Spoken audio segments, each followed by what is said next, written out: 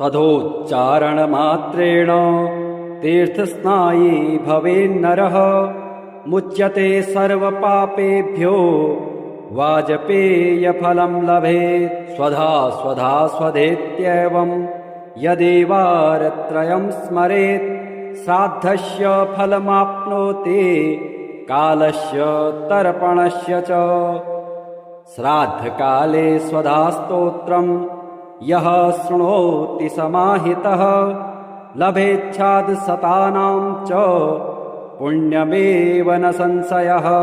स्वधा स्वधा स्वधेत्येवं त्रिसन्ध्यं यः पठेन्नरः प्रियां विनीतां स लभेत् साध्वीं पुत्रं गुणान्वितं। पितॄणां प्राणतुल्या त्वं द्विजजीवनरूपिणी श्राद्धाधिष्ठात्रिदेवे च श्राद्धादीनां फलप्रदा। बहिर्गच्छ मनमनसः पितॄणां तुष्टिहेतवे सम्प्रीतये द्विजातीनां गृहीणां वृद्धिहेतवे। नित्या त्वं नित्यस्वरूपासि गुणरूपासि सुव्रते आविर्भावस्थिरो भावः सृष्टौ च प्रलये तव। ॐ स्वस्तिश्च नमः स्वाहा स्वधा त्वं दक्षिणा तथा निरूपिताश्चतुर्वेदे षड्प्रशस्ताश्च कर्मिणां। पुरासीस्त्वं स्वधा गोपी गोलोके राधिका सखे धृतो रसे स्वधात्मानं कृतं तेन स्वधा स्मृता। इत्येवमुक्त्वा स ब्रह्मा ब्रह्मलोके च संसदे तस्थौ च सहसा सद्यः स्वधा साविर्बभूवः। तदा पितृभ्यः प्रददौ तामेव कमलाननां तां सम्प्राप्य युस्ते च पितरश्च प्रहर्षितः। स्वधा स्तोत्रमिदं पुण्यं यः शृणोति समाहितः स स्नातः सर्वतीर्थेषु वेदपाठफलं लभेत्। मङ्गलं भगवान् शम्भुर्मङ्गलं पुरुषासनः मङ्गलं सोमसूर्याग्निलोचनो मम मङ्गलम्। यन्मङ्गलं कुमारस्य गिरिजा कल्पयत्पुरा तारकं जेतुकामस्य तन्मे भवतु मङ्गलम्। मङ्गलं पार्वतीनाथो मङ्गलं जाह्नवीधरः मङ्गलं गिरिजादेवी मङ्गलं सर्वमङ्गलम्। गिरीन्द्रस्य च मेनाया त्रैलोकस्य तपः फले पार्वत्या जन्मदिवसे तन्मे भवतु मङ्गलम्। त्रिपुरं हन्तु कामस्य दिदक्षोरन्धकासुरं भवान्या यत्कृतं भर्तुस्तन्मे भवतु मङ्गलम्। ईश्वराज्ञानुयातस्य वीरभद्रस्य शूलिना यत्कृतं मङ्गलं कार्यं तन्मे भवतु मङ्गलम्। हारभूषणकेयूर लीलाभुजङ्गभूषयोः शिवयोः सदृशोद्वाहे तन्मे भवतु मङ्गलम्। यः शिवो नाम रूपाभ्यां या देवी सर्वमङ्गला तयोः संसरणात् पुंसां सर्वतो जयमङ्गलम्। चरितं देवदेवस्य महादेवस्य पावनम् अपारं परमोदारं चतुर्वर्गस्य साधना। गौरी विनायकोपेतं पञ्चवक्त्रं त्रिनेत्रकं शिवं ध्यात्वा दशभुजं शिवरक्षां पठेन्नरः। गङ्गाधरः शिरः पातु हालम् अर्धेन्दुशेखरः नयने मदनध्वंसे कर्णो सर्पविभूषण।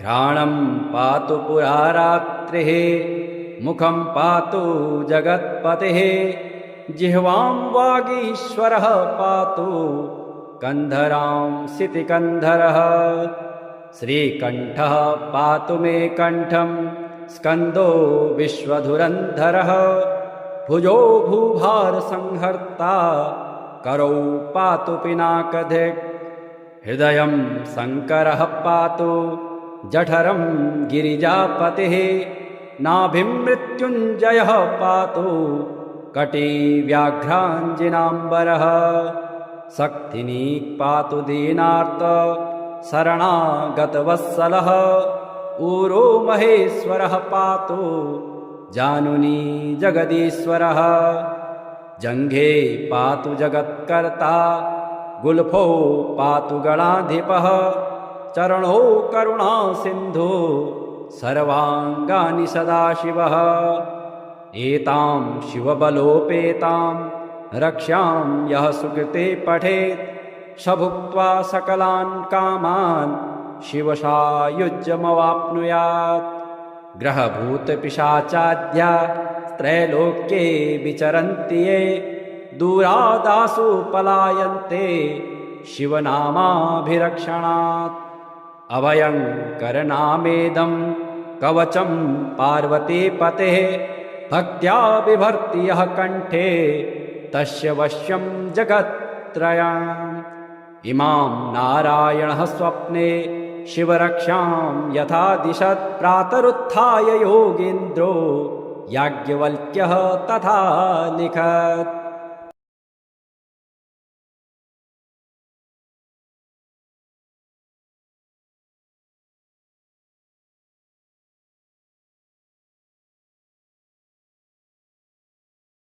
पार्वत्युवाच शरीरार्धमहं शम्भोर्येन प्राप्स्यामि केशव तदिदानीं समाचक्ष्व स्तोत्रं शीघ्रफलप्रदम्। नारायण उवाच अस्ति गुह्यतमं गौरी नाम्नामष्टोत्तरं शतं शम्भोरहं प्रवक्ष्यामि पठतां शीघ्रकामदम्। श्रीविष्णुरुवाच ॐ शिवो महेश्वरः शम्भुः पिनाकी शशिशेखरः वामदेवो विरूपाक्षः कपर्दी नीललोहितः शङ्करः शूलपाणिश्च खट्वाङ्गे विष्णुवल्लभः शिपिविष्टोऽम्बिकानाथः श्रीकण्ठो भक्तवत्सलः भवः सर्वस्त्रिलोकेशः शितिकण्ठः शिवाप्रियः उग्रः कपाले कामारे रन्दकासुरशोदनः गङ्गाधरो ललाटाक्षः कालकालः कृपानिधिः भीमः परशुहस्तश्च मृगपाणिर्जटाधरः कैलासवासी कवचे कठोरस्त्रिपुरान्तकः वृषाङ्को वृषभारूढो भस्मोद्धूलितविग्रहः सामप्रियस्वरमयस्त्रयी मूर्तिर्नीश्वरः सर्वज्ञः परमात्मा च सोमसूर्याग्निलोचनः हविर्यज्ञमयः सोमः पञ्चवक्त्रः सदाशिवः विश्वेश्वरो वीरभद्रो गणनाथः प्रजापतिः हिरण्यरेता दुर्धर्षः गिरीशो गिरिशोन्नगः भुजङ्गभूषणो भर्गो गिरिधन्वा गिरिप्रियः कृत्तिवासा पुरारात्रिर्भगवान् प्रमथाधिपः मृत्युञ्जयः सूक्ष्मतनुर्जगद्व्यापी जगद्गुरुः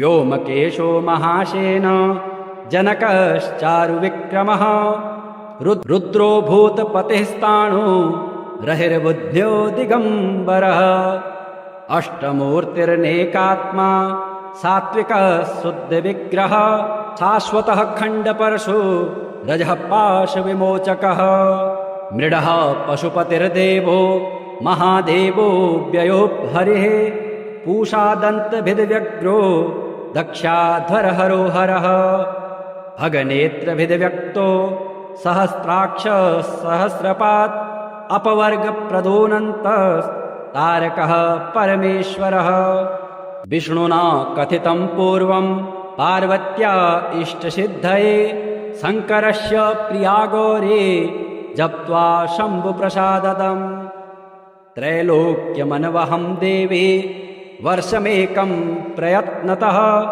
अवापसा शरीरार्धं प्रसादाच्छूलपाणिनः यस्त्रिसन्ध्यं पठेन्नित्यं नाम्नामष्टोत्तरं शतं शतरुद्रतिरावृत्या यत्फलं लभते नरः तत्फलं प्राप्नुयान्नित्यमेकावृत्त्या न संशयः सकृद्वा नामभिपूज्य कुलकोटिं समुद्धरेत् बिल्वपत्रः प्रशस्तैश्च पुष्पैश्च तुलसीदलः तिलाक्षतैर्यजेध्यस्तु जीवन्मुक्तो न संशयः नाम्नामेषां पशुपते रेकमेवापवर्गदम् अन्येषां चावशिष्टानां फलं वक्तुं न शक्यते स्वधोच्चारणमात्रेण तीर्थस्नायी भवेन्नरः मुच्यते सर्वपापेभ्यो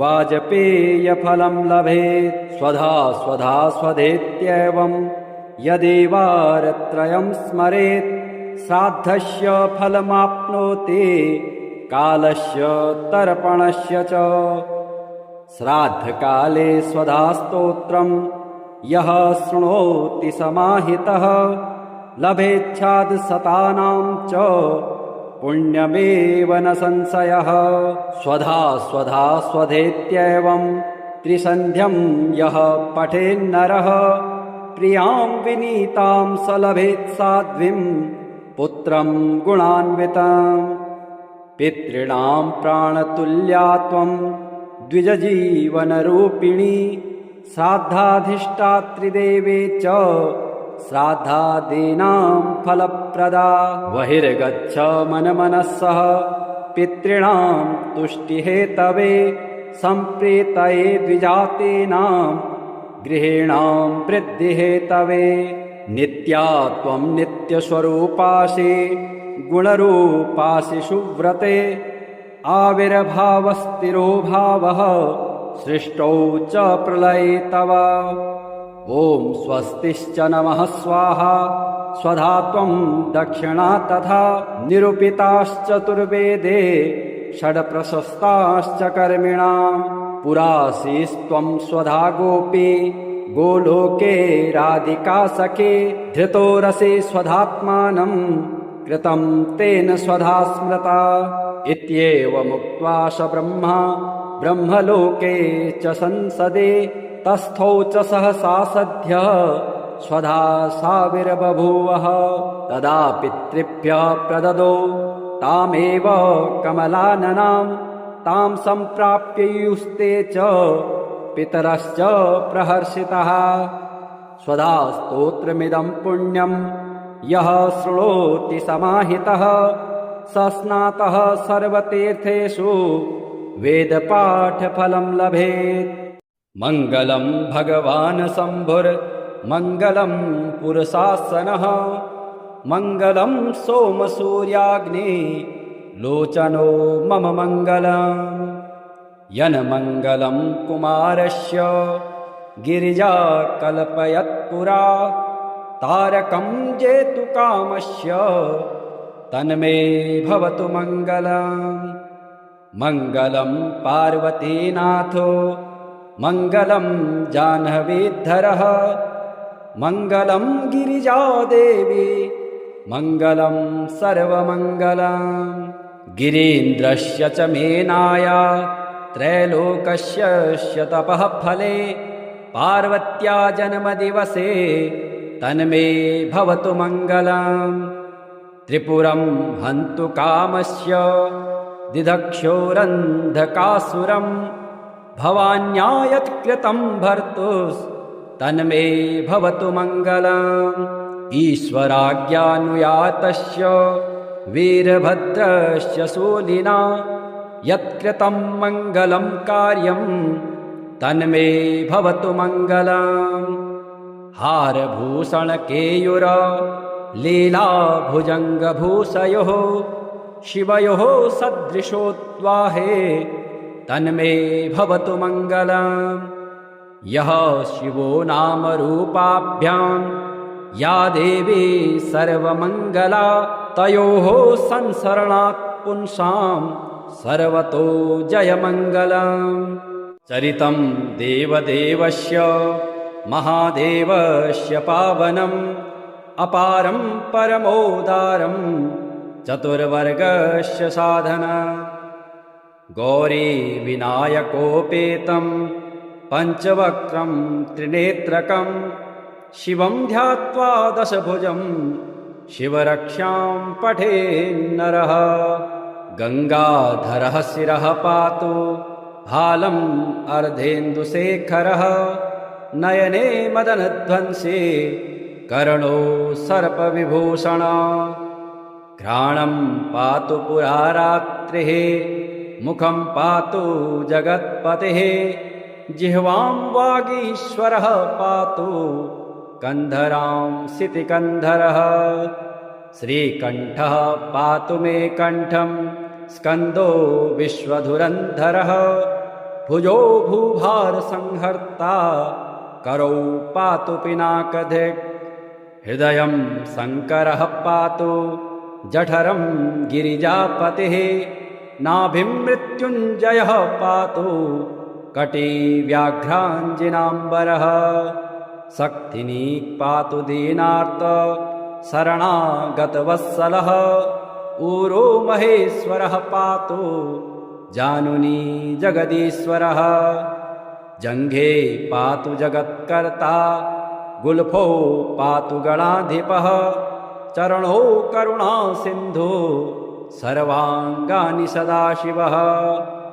एतां शिवबलोपेतां रक्ष्यां यः सुकृते पठेत् स भुक्त्वा सकलान् कामान् शिवसायुज्यमवाप्नुयात्।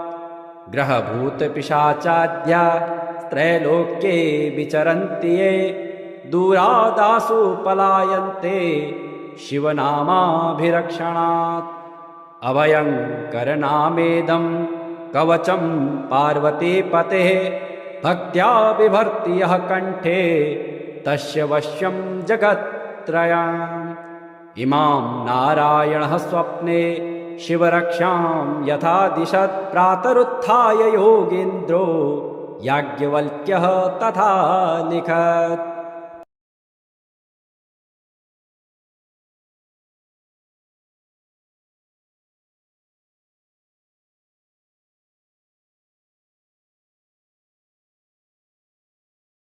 पार्वत्युवाच शरीरार्धमहं शम्भोर्येन प्राप्स्यामि केशव तदिदानी समाचक्ष्व स्तोत्रं शीघ्रफलप्रदम्।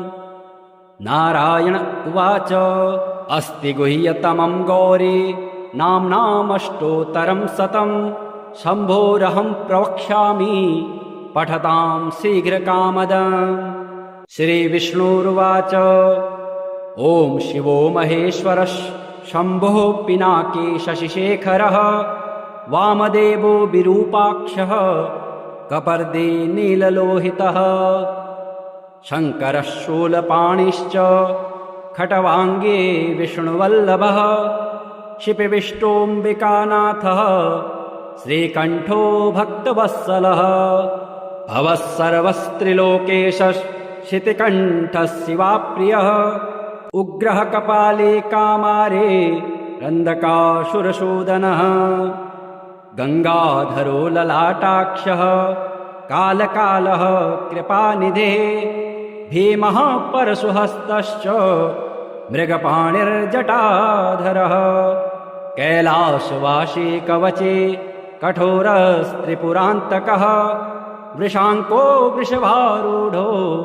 भस्मोद्धूलितविग्रहः सामप्रियस्वरमयस्त्रयीमूर्तिर्नीश्वरः सर्वज्ञः परमात्मा च सोमसूर्याग्निलोचनः हविर्यज्ञमयः सोमः पञ्चवक्त्रः सदाशिवः विश्वेश्वरो वीरभद्रो गणनाथः प्रजापतिः हिरण्यरेता दुर्धर्षः गिरीशो गिरिशोन्नगः भुजङ्गभूषणो भर्गो गिरिधन्वा गिरिप्रियः इत्तिवासा पुरारात्रिर्भगवान् प्रमथाधिपः मृत्युञ्जयः सूक्ष्मतनुर्जगद्व्यापी जगद्गुरुः व्योमकेशो महासेन जनकश्चारुविक्रमः रुद्रो भूतपतिस्ताणो रहिर्बुद्ध्यो दिगम्बरः अष्टमूर्तिर्नेकात्मा सात्विकः शुद्धविग्रहः शाश्वतः खण्डपरशो रजः पाशविमोचकः मृडः पशुपतिर्देवो महादेवो व्ययो हरिः पूषादन्तभिद्व्यग्रो दक्षाध्वरहरो हरः भगनेत्रभिद्व्यक्तो सहस्राक्ष सहस्रपात् अपवर्गप्रदोऽनन्तस्तारकः परमेश्वरः विष्णुना कथितं पूर्वं पार्वत्या इष्टसिद्धये शङ्करस्य प्रिया गौरी जप्त्वा शम्भुप्रसाददम् त्रैलोक्यमनवहं देवी वर्षमेकं प्रयत्नतः अवापसा शरीरार्धं प्रसादाच्छूलपाणिनः यस्त्रिसन्ध्यं पठेन्नित्यं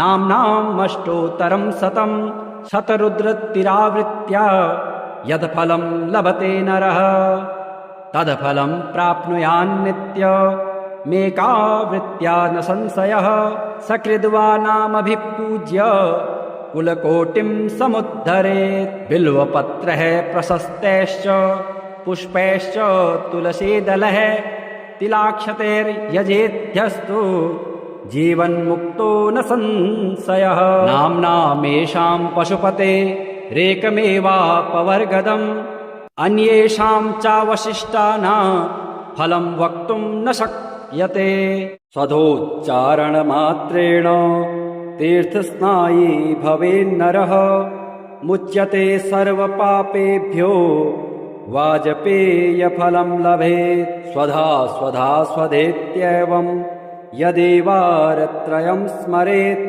श्राद्धस्य फलमाप्नोति कालस्य तर्पणस्य च श्राद्धकाले स्वधास्तोत्रं यः शृणोति समाहितः लभेच्छादशतानां च पुण्यमेव न संशयः स्वधा स्वधा स्वधेत्येवं त्रिसन्ध्यं यः पठेन्नरः प्रियां विनीतां स लभेत् साध्वीं पुत्रं गुणान्विताम् पितॄणां प्राणतुल्या त्वं द्विजजीवनरूपिणी श्राद्धाधिष्ठात्रिदेवे च श्राद्धादीनां फलप्रदा बहिर्गच्छ मनमनस्सः पितॄणां तुष्टिहेतवे सम्प्रीतये द्विजातीनां गृहीणां वृद्धिहेतवे नित्या त्वं नित्यस्वरूपासि गुणरूपासि सुव्रते आविर्भावस्थिरो भावः सृष्टौ च प्रलये तव ॐ स्वस्तिश्च नमः स्वाहा स्वधा त्वं दक्षिणा तथा निरूपिताश्चतुर्वेदे षड्प्रशस्ताश्च कर्मिणां पुरासीस्त्वं स्वधा गोपी गोलोके राधिका सखे धृतो रसे स्वधात्मानं कृतं तेन स्वधा स्मृता इत्येवमुक्त्वा स ब्रह्मा ब्रह्मलोके च संसदे तस्थौ च सहसा सद्यः स्वधा साविर्बभूवः तदा पितृभ्यः प्रददो तामेव कमलाननां तां सम्प्राप्ययुस्ते च पितरश्च प्रहर्षितः स्वधा स्तोत्रमिदं पुण्यं यः शृणोति समाहितः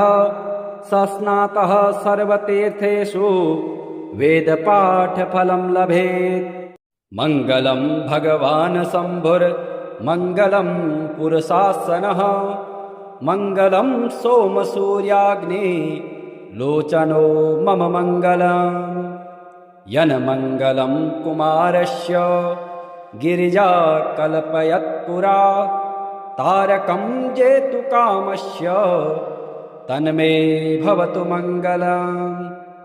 मङ्गलं पार्वतीनाथो मङ्गलं जाह्नवीधरः मङ्गलं गिरिजादेवी मङ्गलं सर्वमङ्गलम्।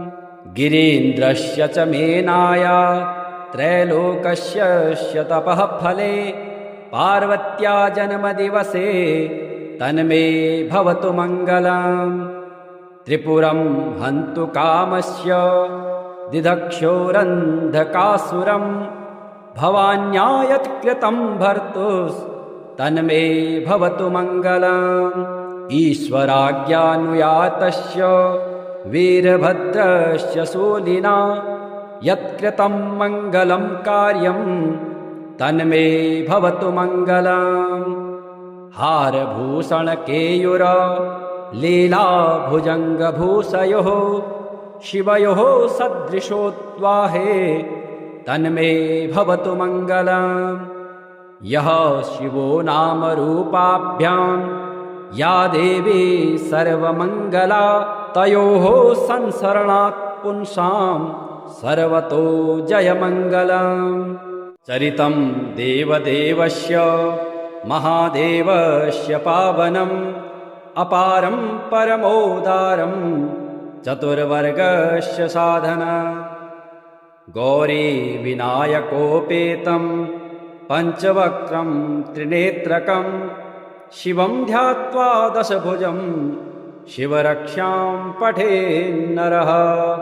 गङ्गाधरः शिरः पातु हालम् अर्धेन्दुशेखरः नयने मदनध्वंसे कर्णो सर्पविभूषण। घ्राणं पातु पुरारात्रिः मुखं पातु जगत्पतिः जिह्वां वागीश्वरः पातु कन्धरां सितिकन्धरः।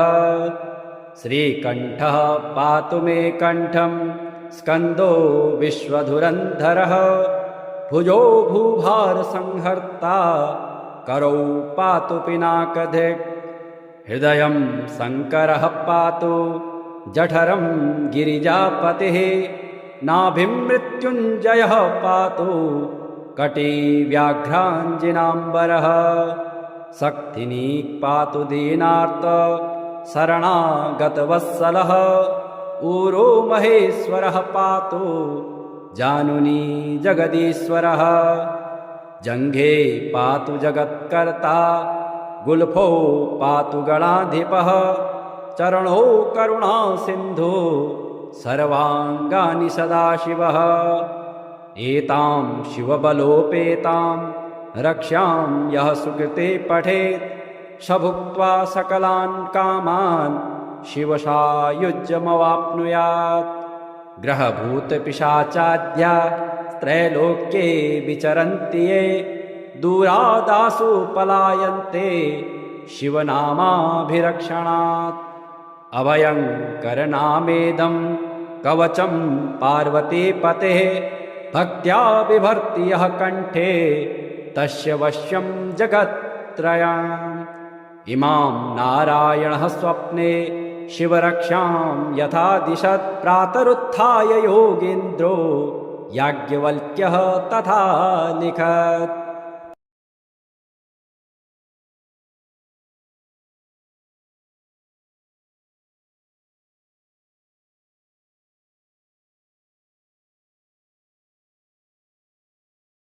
पार्वत्युवाच शरीरार्धमहं शम्भोर्येन प्राप्स्यामि केशव तदिदानीं समाचक्ष्व स्तोत्रं शीघ्रफलप्रदम्।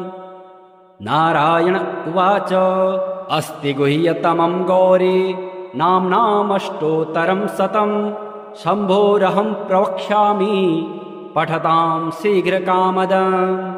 श्रीविष्णुरुवाच ॐ शिवो महेश्वरः शम्भुः पिनाकी शशिशेखरः वामदेवो विरूपाक्षः कपर्दी नीललोहितः शङ्करः शूलपाणिश्च खट्वाङ्गे विष्णुवल्लभः क्षिपिविष्टोऽम्बिकानाथः श्रीकण्ठो भक्तवत्सलः भवः सर्वस्त्रिलोकेशः शितिकण्ठः शिवाप्रियः उग्रः कपाले कामारे रन्दकासुरसूदनः गङ्गाधरो ललाटाक्षः कालकालः कृपानिधिः भीमः परशुहस्तश्च मृगपाणिर्जटाधरः कैलासवासी कवचे कठोरस्त्रिपुरान्तकः वृषाङ्को वृषभारूढो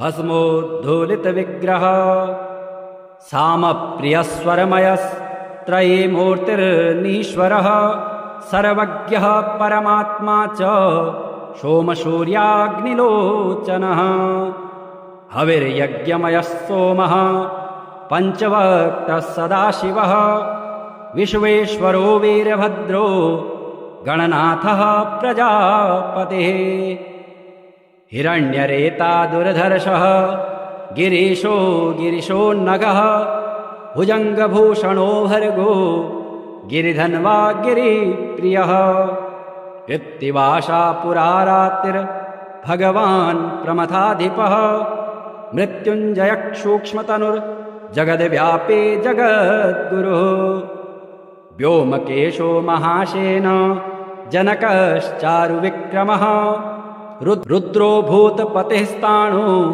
रहिर्बुद्ध्यो दिगम्बरः अष्टमूर्तिर्नेकात्मा सात्विकः शुद्धविग्रहः शाश्वतः खण्डपरशु रजः पाशविमोचकः मृडः पशुपतिर्देवो महादेवो व्ययो हरिः पूषादन्तभिद्व्यग्रो दक्षाध्वरहरो हरः भगनेत्रभिद्व्यक्तो सहस्राक्ष सहस्रपात् अपवर्गप्रदोऽनन्तस्तारकः परमेश्वरः विष्णुना कथितं पूर्वं पार्वत्या इष्टसिद्धये शङ्करस्य प्रिया गौरी जप्त्वा शम्भुप्रसाददम् त्रैलोक्यमनवहं देवी वर्षमेकं प्रयत्नतः अवापसा शरीरार्धं प्रसादाच्छूलपाणिनः यस्त्रिसन्ध्यं पठेन्नित्यं